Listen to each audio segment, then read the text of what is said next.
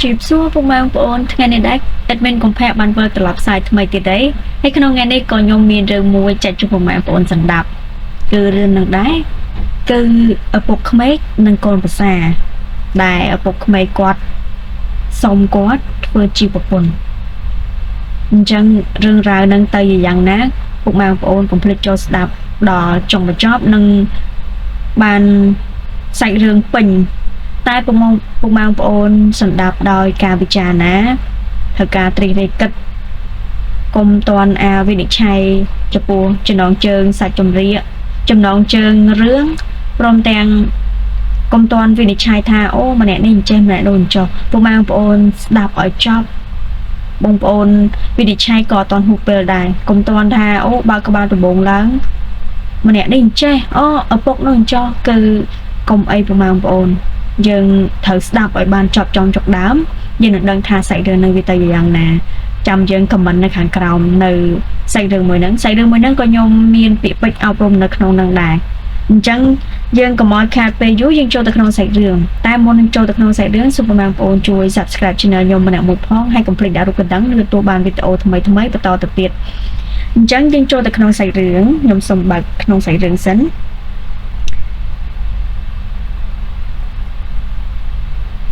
ចំពោះនេះសាច់រឿងបងស្រីដែលគាត់ផ្ញើមកហ្នឹងពុកម៉ែបងប្អូនអញ្ចឹងពុកម៉ែបងប្អូនមើលឃើញណាសាច់រឿងហ្នឹងគឺគាត់បងស្រីដែលផ្ញើមកហ្នឹងគឺគាត់មានឈ្មោះថាធីវីចំពោះបងធីវីដែរគឺគាត់រៀបការជាមួយនឹងកូនប្រុសម្នាក់ដែលនៅក្នុងភូមិហ្នឹងបងធីវីក៏គាត់និយាយថាគាត់ធ្វើការនៅទីក្រុងភ្នំពេញក៏មានបងប្រុសម្នាក់ហ្នឹងគាត់ចូលស្ដីដណ្ដឹងគាត់អញ្ចឹងហើយក៏ឪពុកម្ដាយគាត់ប្រាប់គាត់ថាអ្នកមានណាគេម្នាក់ចូលមកស្ដីដណ្ដឹងអញ្ចឹងព្រមជាមួយនឹងគេអត់ព្រោះអីគេនៅក្នុងភូមិយើងដែរទេបងធីវីនឹងគាត់ក៏បានថាស្គាល់ដែរឃើញបរិមម្នាក់ហ្នឹងក៏មិនសូវជាអីដែរល្អដែរទេអញ្ចឹងក៏ពួកគាត់ព្រមរៀបការជាមួយនឹងគ្នានៅពេលដែលរៀបការជាមួយនឹងគ្នាហ្នឹងក៏បានសាងជាគ្រួសារមួយគាត់ក៏បានទៅរស់នៅខាងប្តីគាត់រស់នៅខាងប្តីគាត់ដោយឪពុកម្ដាយខាងឪពុកម្ដាយក្មេកគាត់ស្រឡាញ់គាត់មើលថែគាត់ព្រមទាំងថាបងធីវីក៏មនុស្សកំព្រាដែរគាត់មានតែម្ដាយទេនៅពេលដែលគាត់រៀបការជាមួយនឹងគ្នាជាមួយនឹងប្តីគាត់ហ្នឹងគាត់ក៏ទៅរស់នៅ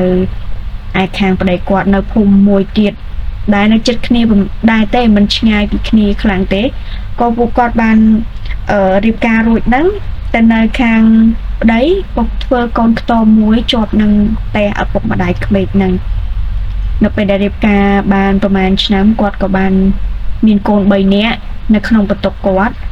ចំណែកឯប្តីរបស់គាត់គឺជាមនុស្សតស៊ូនឹងការងារខ្លាំងមែនទែននៅពេលដែលតស៊ូការងារគាត់ធ្វើការងារធ្ងន់ស្រាលវាថាលើកស្រូវដាក់ឡានអញ្ចឹងហើយវាថាការងារដល់ពេលធ្វើស្រែខាស្រែគឺគាត់ចុះទៅស្រែតែគាត់ខូចត្រង់ថាគាត់ផឹកគាត់ធ្វើការគាត់ចំណាប់ផឹកគាត់ចំណាប់ទៀតអញ្ចឹងហើយក៏គាត់បានថាមានជំងឺប្រចាំកាយផងគាត់ផឹកពេកអញ្ចឹងវាអាចទាំងថាវាក្រឹងថ្លើមអីអញ្ចឹងហើយក៏មានការជក់បារីខ្លះដែរធ្វើឲ្យគាត់ហ្នឹងមានជំងឺបន្តបន្ទាប់ជាច្រើនគាត់មានកូន3នាក់ហ្នឹងនៅក្នុងបន្ទប់គាត់បងស្រីក៏គាត់មិនបានទៅធ្វើការណាឆ្ងាយទេក៏គាត់នៅមើលថែកូនហ្នឹងក៏ប្តីអ្នកដែលធ្វើការតែឯងព្រោះអីប្តីថាមិនបាច់ទៅធ្វើការអីណាទេទុកឲ្យគាត់អ្នករ៉ាប់រងព្រោះអីការបងស្រីបងធីវីនៅកំមុំគាត់ធ្វើការរោងចក្រអញ្ចឹងហើយក៏គាត់រៀបការរួចគាត់ចង់ទៅធ្វើការរោងចក្រវិញក៏ប៉ុន្តែប្តីមិនឲ្យទៅនៅពេលដែលប្តីមិនឲ្យទៅអញ្ចឹងក៏បានមើលថែកូនរបស់គាត់ដែលកូនគាត់មាន3នាក់ហ្នឹងសំបីឪពុកម្ដាយក្មេកគាត់ក៏ស្រឡាញ់គាត់ដែរនៅពេលមួយក៏បងធីវីម្ដាយគាត់បានលាចាកពីគាត់ទៅអញ្ចឹងធ្វើឲ្យគាត់នៅកំព្រាតែឯងជាកូនស្រីតែឯងឪពុកក៏អត់មានម្ដាយក៏លាចាកទៅទៀតអញ្ចឹងគាត់ក៏មានតែទីពឹងឪពុកម្ដាយក្មេកនិងប្តីទេនៅពេលដែលគាត់ រៀបការជាមួយនឹងប្តីគាត់ហ្នឹងគាត់ថាស្គាត់សំណាងណានៅពេលដែលគាត់បានរៀបការជាមួយនឹងប្តីហ្នឹងពួកអីប្តីក៏ចេះមើលថែទឹកក្តៅទឹកត្រជាក់នៅពេលដែលម្ដាយគាត់មុននឹងលាចាកហ្នឹងគាត់ក៏បានផ្ដាំផ្ញើទៅខាងប្តីព្រមទាំងឪពុកក្មេកថាជួយមើលថែកូនគាត់ផង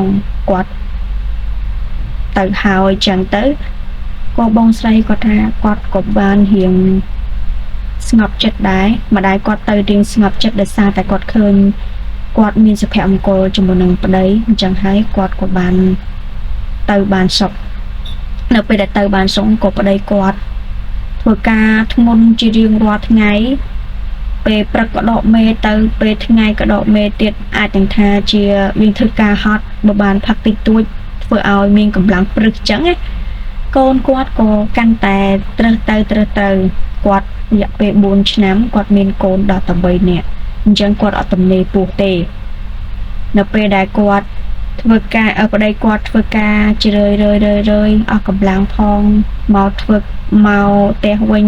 ផឹកទៀតអញ្ចឹងហើយធ្វើឲ្យគាត់នឹងពិបាកក្នុងខ្លួនខ្លាំងពេលមួយហ្នឹងគាត់ក៏បានថាអត់ស្រួលខ្លួននៅពេលដែលអត់ស្រួលខ្លួនគាត់ក៏បានប្រាប់ទៅប្រពន្ធគាត់ថាគាត់អត់សូវស្រួលខ្លួនទេថ្ងៃហ្នឹងអញ្ចឹងគាត់អត់បានទៅធ្វើការទេក៏ប្រពន្ធបានទៅកន្លែងលក់ថ្នាំដើម្បីទិញថ្នាំឲ្យគាត់យកមកប្រសានៅពេលដែលទិញថ្នាំមួយថ្ងៃពីរថ្ងៃមកគាត់នៅមិនធូរនៅមិនស្បើយគាត់ក៏បានឡើងមកពេទ្យនៅទីក្រុងភ្នំពេញនៅពេលដែលឡើងមកពេទ្យទីក្រុងភ្នំពេញគាត់ក៏បានថាលក់ដីកែខាងបងធីវីហ្នឹងដើម្បីមកមើលប្តីគាត់ក៏បានថាមើលអស់ហើយគាត់នៅតែមិនជាសះស្បើយធ្វើឲ្យគាត់លក់ដីមកប្លង់ពីរប្លង់មាសប្រាក់អីហ្នឹងគាត់លក់អស់ហើយដោយសារមើលជំងឺគាត់ក៏ពេលថ្ងៃមួយហ្នឹងក៏មើលអស់ចិត្តអស់ចង់ក៏ត្រឡប់មកផ្ទះវិញដោយសារតែពេទ្យគេថាទោះជាយ៉ាងណាជំងឺហ្នឹងនៅតែប៉ុណ្ណឹងអាចនឹងថាមកជាសះស្បើយអីចឹងនៅពេលដែលគាត់បានជាពីជំងឺហ្នឹងមិនជា 100%ទេអាចនឹងថាមកផ្ទះវិញបានដោយសារតែយើងក៏អត់លុយដែរក៏បានមកព្យាបាលនៅផ្ទះថ្នាំខ្មែរថ្នាំអីបន្ថែមទៀតចឹងទៅក៏ឪពុកម្ដាយក្មេកក៏តែងតែមកសួរនាំរឿងកូនប្រុសនឹងរហូតដែរនៅពេលដែលគាត់បានជាបន្តិចហ្នឹងបងប្រុសក៏បានទៅប្តីបងធីវីហ្នឹងក៏បានតែធ្វើការលើករបស់ធ្ងន់ដូចលើកស្រូវតោនអញ្ចឹងទាំងបេអញ្ចឹងហើយធ្វើឲ្យគាត់ហ្នឹងបាក់កម្លាំងបាក់អីតទៅកាន់តែទៀតនៅពេលដែលឈឺក្រឹបជាលើកទី2ធ្វើឲ្យគាត់ហ្នឹងមានកូនចិត្តថាគាត់ប្រហែលជាលែងមានលុយមើលប្តីទៀតហើយអញ្ចឹងមានតែពឹងឪពុកក្មេកពឹងម្ដាយក្មេកឲ្យគាត់ហ្នឹងមានលុយគាត់សុចិត្តថាដីគេដែលគាត់ចែកឲ្យហ្នឹងគាត់សុំលក់ដើម្បីមើលប្តីគាត់ជាលើកទី2នៅពេលដែលមើលជាលើកទី2ហ្នឹងក៏មិនជាទៀតអស់ដីពីរប្លង់ថែមទៀតអញ្ចឹងហើយធ្វើឲ្យជីវិតគាត់ពេលអ្នកហ្នឹងរៀងលំបាកជាមួយនឹងគ្នាកូននៅទូចអាហារហូបចុកក៏ត្រូវការគ្រប់ពេលនៅពេលហ្នឹងក៏គាត់បានថាគាត់មិនបាច់ចាំយកគាត់ទៅពេទ្យតទៀតទេពួកអីក៏ទៅចេញពីពេទ្យនៅតែមិនជាសះស្បើយអញ្ចឹងក៏ត្រឡប់មកផ្ទះវិញក៏ឪពុកម្ដាយក្មេកហ្នឹងក៏ពិភាក្សាជាមួយនឹងបងប្អូនសាច់ញាតិថាឥឡូវយើងគួរធ្វើម៉េចពួកអីកូនគាត់កាន់តែធ្ងន់ទៅហើយចំណែកឯកូនប្រសាក៏គ្នាហត់ដែរអញ្ចឹងមានតែយើងរួបរวมគ្នាសង្កទានឲ្យកូនគាត់សូត្រមន្តអីចឹងទៅដើម្បីថានៅពេលដែលទៅខាងមុខទៀតអាចនឹងថាមានបុណ្យវាសនាខ្ពស់ជាងហ្នឹងនៅពេលដែលពួកគាត់បានគិតបែបហ្នឹងក៏គាត់បាននិមន្តព្រះសង្ឃយកមកសូត្រមន្តនៅពេលដែលសូត្រមន្តគាត់ក៏បានសទ្ធាជ្រះថ្លាក៏ប្តីគាត់រៀងធូររៀងថាមានកម្លាំងកំហែងជាងមុននិយាយអីបានកាន់តែច្រើនពេលហ្នឹងក៏គុណបុណ្យចដូនចតាគាត់ដែលជួយប្រោះព្រំគាត់ហ្នឹងគាត់ក៏បានថានៅពេលហ្នឹងគាត់មិនភ្លេចទេឪពុកម្ដាយហ្នឹងក៏គាត់បានថា ធ្វើម្ហូបឆ្ងាញ់ជូនឪពុកម្ដាយគាត់ដើម្បីឲ្យគាត់មានកម្លាំងកំហែងតែរយៈពេលដែលប្តីគាត់ហៀងជាសះស្បើយហ្នឹងក៏គាត់ទៅធ្វើការវិញដូចសពមួយដងទៅចុះស្ទូងស្រូវទៅភ្ជួរលើកកណ្ដាប់ធ្ងន់រហូតដល់ថ្ងៃមួយហ្នឹងប្តីគាត់លួចផឹកស្រានៅពេលដែលលួចផឹកស្រាអាចជំងឺហ្នឹងគឺគេហាមណាស់គឺគេឲ្យផឹកទេហើយមួយទៀតគឺមានអីផ្សេងៗតែគេហាមផ្ដាច់តែគាត់នៅតែលួចដោយសារតែឃើញហើយវាឃ្លានវាញ័រដៃមនុស្សធ្លាប់មនុស្សគេថាមនុស្សដោះមេអញ្ចឹងហើយវាធ្លាប់នៅពេលដែលហូបអានឹងហើយស្អែកឡើងចាប់ផ្ដើមធ្លាក់ខ្លួនឈឺដេកនៅនឹងកន្ទេលព្រមទាំងប្រពន្ធក៏មិនដឹងថាមានលុយណាត្រូវមើលទៀតក៏ពេលហ្នឹងក៏លុយចុងក្រោយហើយលុយចុងក្រោយដែលសុំគេម្ដាយហ្នឹងលក់ចុងក្រោយដើម្បីមើលប្តីហ្នឹងនៅពេលដែលមើលប្តីហើយក៏នៅមិនជាក៏បានត្រឡប់មកផ្ទះវិញក៏ប្តីថាឈប់មើលគាត់ទៀតទៅគាត់ដឹងពីជំងឺរបស់គាត់ឥឡូវហ្នឹងហៅឪពុកម្ដាយគាត់មកគាត់ចង់និយាយជាមួយណាមួយគាត់នឹកដែរគាត់នឹកដល់ពេលចាប់ផ្ដើមនឹកធីវីគាត់ចាប់ផ្ដើមថាអូប្តីគាត់ប្រហែលជាអត់ស្រួលទេបានសុកនឹកម្ដាយចឹងទៅនៅពេលដែលគាត់ហៅឪពុកម្ដាយក្មេកហ្នឹងក៏ឪពុកម្ដាយក្មេកថាមកលេងចឹងទៅមកផ្ទះហ្នឹងពួកគាត់ទៅចការដែរអញ្ចឹងហត់ដែរអញ្ចឹងគាត់ធ្វើការសម្រាប់ណាមួយទៀតក៏កូនហៅបែបហ្នឹងហើយក៏ត្រឡប់មករកកូនដល់ពេលដែលមករកកូនគាត់ក៏បាននិយាយថាណែអូនឯងកុំគិតច្រើនម្ដាយនឹងលក់ដីមួយប្លង់ទៀតមើលកូនឯងអញ្ចឹងកូនឯងកុំភ័យកូនឯងកុំព្រួយកូនឯងសង្ងំសម្រាប់ឲ្យលក់ទៅមានកម្លាំងដើម្បីស្អែកឡើងអាចនឹងជាសះស្បើយគាត់ថាគាត់អត់អីទេគាត់ជាហើយព្រោះអីឥឡូវហ្នឹងគាត់អាចនិយាយបានអញ្ចឹងហើយគាត់ប្រកាសជាក៏ឪពុកម្ដាយហ្នឹងក៏បានច្បាច់ដៃច្បាច់ក៏ត្រឡប់ទៅផ្ទះវិញលុះស្អែកឡើងក៏ប្តីគាត់លែងរស់នៅទៀតហើយក៏លាចាកនៅពេលដែលលាចាកក៏បានទៅប្រាប់ម្ដាយក្មេកឲ្យក្មេកថាប្តីគាត់លែងនៅហើយនៅពេលហ្នឹងគាត់ក៏បានថាអូធ្វើឲ្យគាត់ពួនសោកខ្លាំងមែនតែននិយាយថាជីវិតមានតែប្តីហើយនឹងឪពុកម្ដាយក្មេកម្ដាយក៏បានលាចាកទៅចំណែកឯប្តីក៏លាចាកព្រមទាំងនៅសល់កូន3នាក់នៅក្នុងបន្ទុកដែលទូចធ្វើឲ្យគាត់នឹងរិញរៃស្គមខ្លួននៅពេលហ្នឹងគាត់ក៏បានធ្វើតាមប្រពៃណីបុណ្យអីចឹងទៅនៅពេលដែលបុណ្យអីសពគ្រប់អស់ក៏គាត់បានសុំឪពុកគាត់ម្ដាយគាត់ហ្នឹងទៅធ្វើការរោងចក្រនៅឯទីក្រុងភ្នំពេញកន្លែងគាត់ធ្វើការចាស់ហ្នឹងអញ្ចឹងគាត់សុំផ្ដាំផ្ញើកូននៅជាមួយនឹងម្ដាយឪពុកក្មេកហ្នឹងនៅពេលដែលសុំផ្ដាំផ្ញើទៅម្ដាយឪពុកក្មេកក៏គាត់មិនថាអីដែរអញ្ចឹងទៅធ្វើការទៅព្រោះអីនៅណេះក៏បងធីវីហ្នឹងគាត់អត់មានកម្លាំងកំហែងធ្វើស្រែចម្ការដែរណាមួយក៏លក់អីអស់ទៀតអញ្ចឹងក៏សុំឪពុកម្ដាយផ្ញើកូន3នាក់ហ្នឹងនៅនឹងឪពុកម្ដាយហ្នឹងនៅពេលនៅឪពុកម្ដាយហ្នឹងគាត់ក៏បានទៅធ្វើការក៏បានផ្ញើលុយជារៀងរាល់ខែមកតែបងធីវីគាត់ទៅវិញហ្នឹងក៏មានអ្នកខ្លះរើសអើងនឹងគាត់ថាគាត់មិនស្អាតគាត់ខ្មៅអីចឹងទៅធ្វើការជារឿយបានមួយខែ2ខែហ្នឹងការដែលគាត់មកធ្វើការមួយខែ2ខែហ្នឹងគាត់មកផ្ញើលុយទៅឪពុកម្ដាយគាត់រៀងរាល់ខែតែគាត់អាសាទៅលេងដែរមួយអាទិត្យគាត់ទៅលេងម្ដងមួយអាទិត្យគាត់ទៅលេងម្ដងចឹងទៅនៅពេលដែលទៅលេងយូរទៅក៏គាត់ថាចាំមើល2ខែអីចាំទៅលេងម្ដងដោយសារតែចង់សំលុយអីទុកដែរនៅពេលដែលសំលុយបានចាំទៅលេងទៅអីតរៀងយូរថ្ងៃចឹងទៅអញ្ចឹងក៏ពួកគាត់បានថាមើលថែកូនគាត់ដិតដល់កូនគាត់ក៏មានសាច់មានឈាមរៀនក៏បកកាយអញ្ចឹងគាត់មានទំនុកចិត្តថាគាត់នឹងទុកចិត្តឪពុកម្ដាយគាត់នៅពេលដែលគាត់ធ្វើការសុកហ្នឹងក៏មានទូរស័ព្ទមួយរើងមកគាត់ដល់ពេលរើងមកគាត់ក៏លើកថាឪពុកក្មេកតេតគាត់ថាណែធីវី ម៉ែកូនឯងលេងនៅមួយឪទៅអញ្ចឹងកូនឯងមកផ្ទះមករៀបចំបុណ្យជូនគាត់គាត់ថាម៉ែទៅណាឪថាម៉ែហែងលេងនៅហើយទៅតាមកូនបាត់ហើយអញ្ចឹងក៏បងធីវីនោះគាត់ហៀងសែតគាត់ជុំខ្លាំងគាត់ក៏ត្រឡប់មកផ្ទះដើម្បីធ្វើពិធីបុណ្យនៅពេលមកដល់ធ្វើពិធីបុណ្យក៏បានថាគាត់ធ្វើបុណ្យឲ្យឪពុកក្មេងគាត់នោះក៏អង្គុយអោបជង្គង់ធ្វើឲ្យគាត់នឹងពិបាកចិត្តព្រោះអីកូនក៏អត់នៅចំណែកឯប្រពន្ធក៏អត់នៅព្រោះឲ្យគាត់នឹងហៀងក្រំចិត្តព្រោះអីចង់ថាសឹងតែបាត់បង់គ្រប់យ៉ាងនៅសល់តែចៅនិងកូនប្រសាមួយដែលនៅក្នុងផ្ទះហ្នឹងអញ្ចឹងហើយធ្វើឲ្យគាត់បាក់ចិត្តខ្លាំងសូម្បីតែប្រពន្ធគាត់មិនមានឈឺអី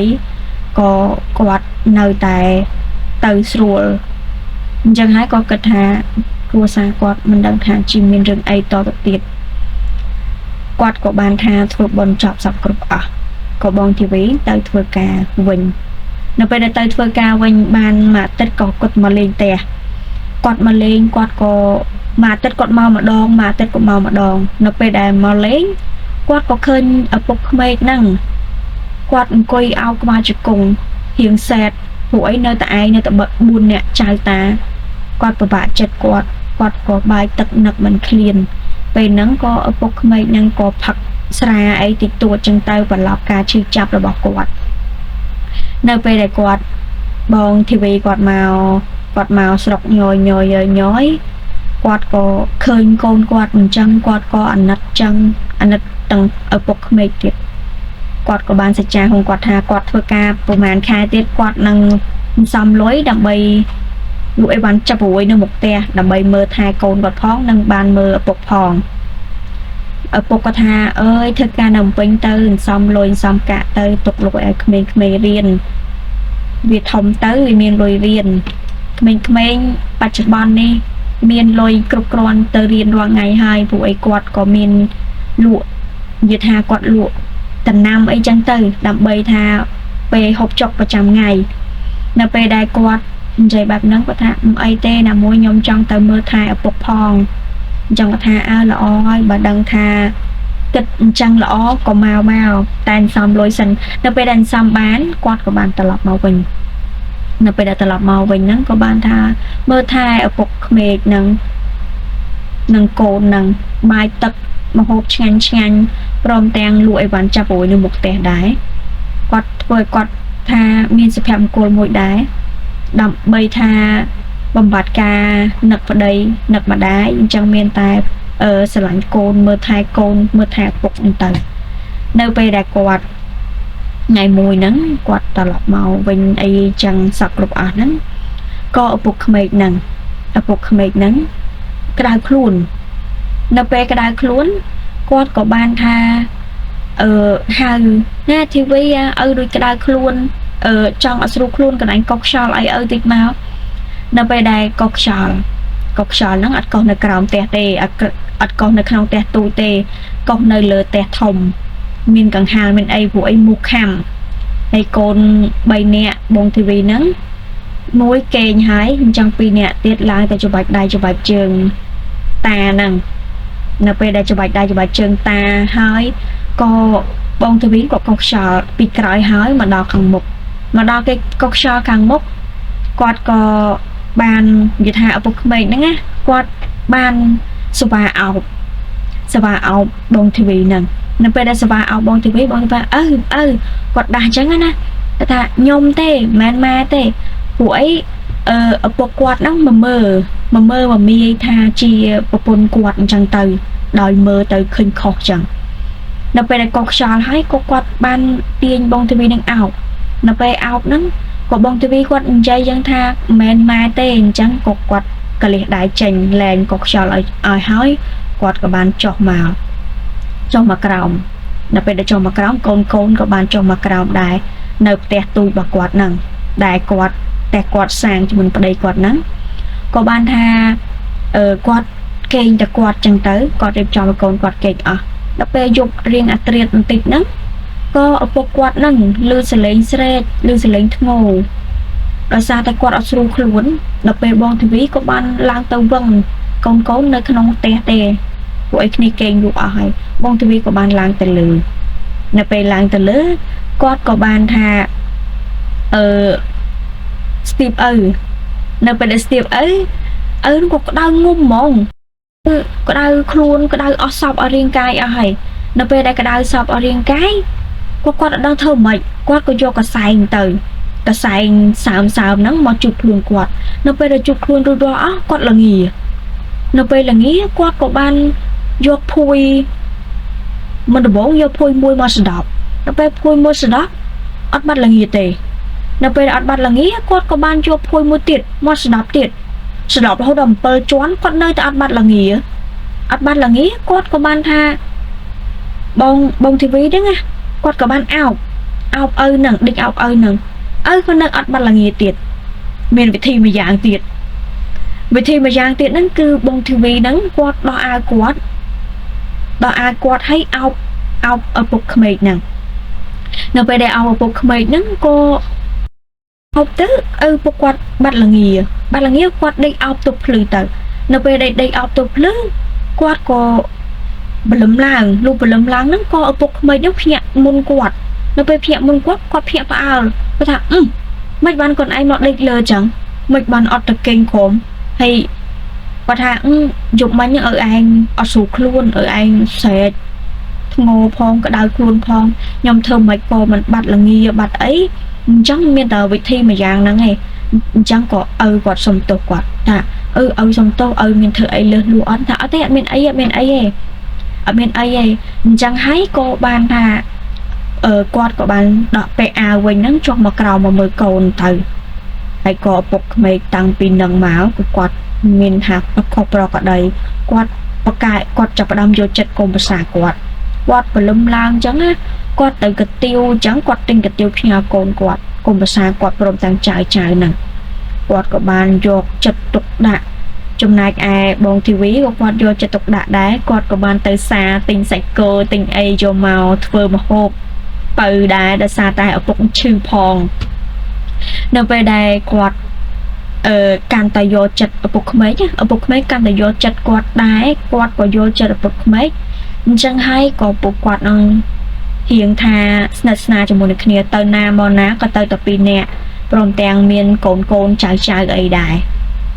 នៅពេលដែលពួកគាត់ស្និទ្ធស្នាលមួយគ្នាហ្នឹងក៏បងធីវីហ្នឹងគាត់ឃើញឪពុកគាត់ប្លែកគាត់ក៏បានសួរថាឯងមកចាក់ហ្នឹងឃើញប្លែកឯងមានរឿងអីឯងចង់និយាយអីមួយខ្ញុំនិយាយមកកុំឲ្យថាខ្ញុំអត់ហ៊ានសួរនិយាយអីចឹងណាគាត់ក៏បានស្ដាប់ណែកូនមើលឥឡូវមានរឿងមួយចង់សួរកូនឯង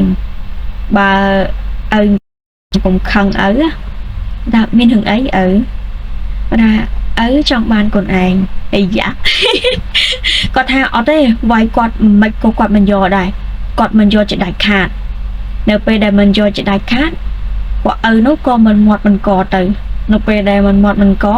គាត់ក៏ចាប់ផ្ដើមហៀងថាគាត់យកចិត្តជាងមុនទៅទៀតយកចិត្តជាងមុននៅពេលដែលគាត់យកចិត្តយកថ្លើមជាងមុនធ្វើឲ្យបងស្រីមានកូនចិត្តដែលថាបើសិនជាគិតអញ្ចឹងក៏ល្អម្យ៉ាងដែរព្រមទាំងថាជីកោចំហទេតែជួនពេលថ្ងៃមួយនឹងកូនគាត់ឈឺនៅពេលដែលកូនគាត់ឈឺកូនគាត់ត្រូវទៅពេទ្យដែលត្រូវជាចៅហ្នឹងក៏បានទៅពេទ្យទៅអីកូនឈឺមួយហើយជាមួយហើយឈឺមួយទៀតគេថា3អ្នកហ្នឹងឈឺទាំង3ព្រមទាំងថាម្ដាយក៏អត់សូវមានលុយដែរក៏បានខ្ចីលុយឪពុកហ្នឹងទៅមើលជំងឺកូន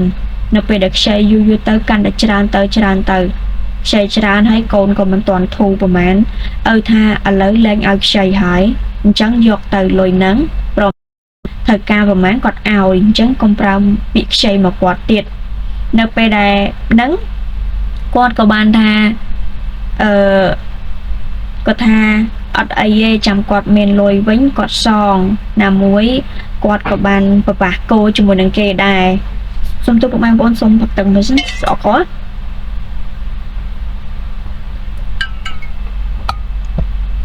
ចឹងគាត់ថាចាំពេលដែលគាត់ប្របាសគោបានគាត់លក់គោគាត់នឹងសងឪវិញឪថាមិនអីទេមិនបាច់សងមិនបាច់អីទេនៅពេលហ្នឹងក៏កូនបានជាចេញពីពេទ្យមកនៅពេលដែលចេញពីពេទ្យក៏មើលមកដល់ផ្ទះរៀងស្លេកស្លាំងឪពុកក្មេកក៏បានឲ្យលុយទៅទិញម្ហូបដែលបើឈាមហ្នឹងនិងផ្លែឈើឆ្ងាញ់ឆ្ងាញ់មកឲ្យចៅគាត់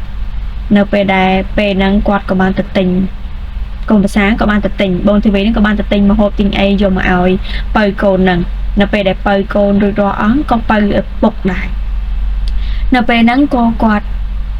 បងធីវីទៅប្រាប់ឪពុកហ្មងគាត់ថាអត់អីទេគាត់ព្រមធ្វើជាប្រពន្ធពុកកុំឲ្យថា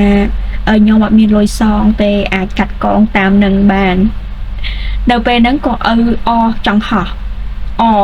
ខ្លាំងមែនតើនៅពេលដែលខ្លាំងក៏គាត់បានថាពេលហ្នឹងអាភ្លាមហ្នឹងគាត់ហៅកូនគាត់ទៅដាំបបរជាមួយគាត់នៅលើផ្ទះនៅពេលដាំបបរហើយគាត់ថាឪពុកក្មេងគាត់ខ្លាំងគាត់ចាស់ហើយគាត់នៅខ្លាំងទៀតគាត់ថាដាំបបរមួយផ្លែតហ្នឹង3ដងអញ្ចឹងហើយធ្វើឲ្យគាត់ហ្នឹង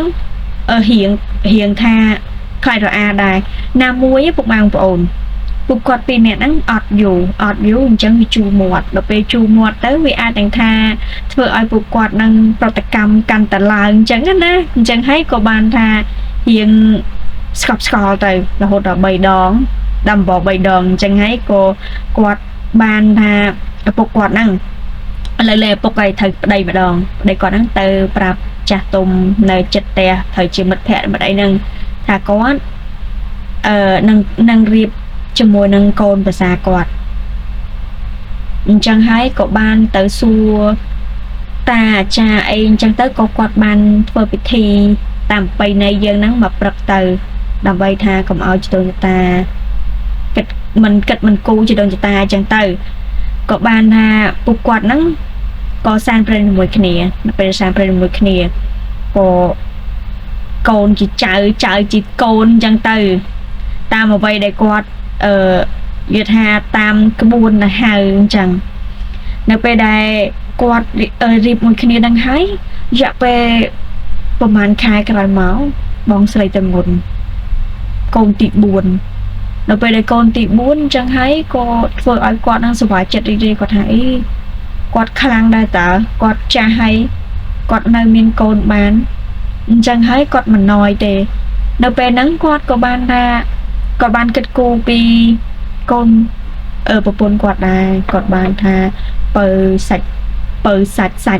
និយាយថាបើសាច់ឈាមឲ្យប្រពន្ធគាត់មានកម្លាំងហ្នឹងនៅពេលដែលសម្រាកូនរួចហ្នឹងក៏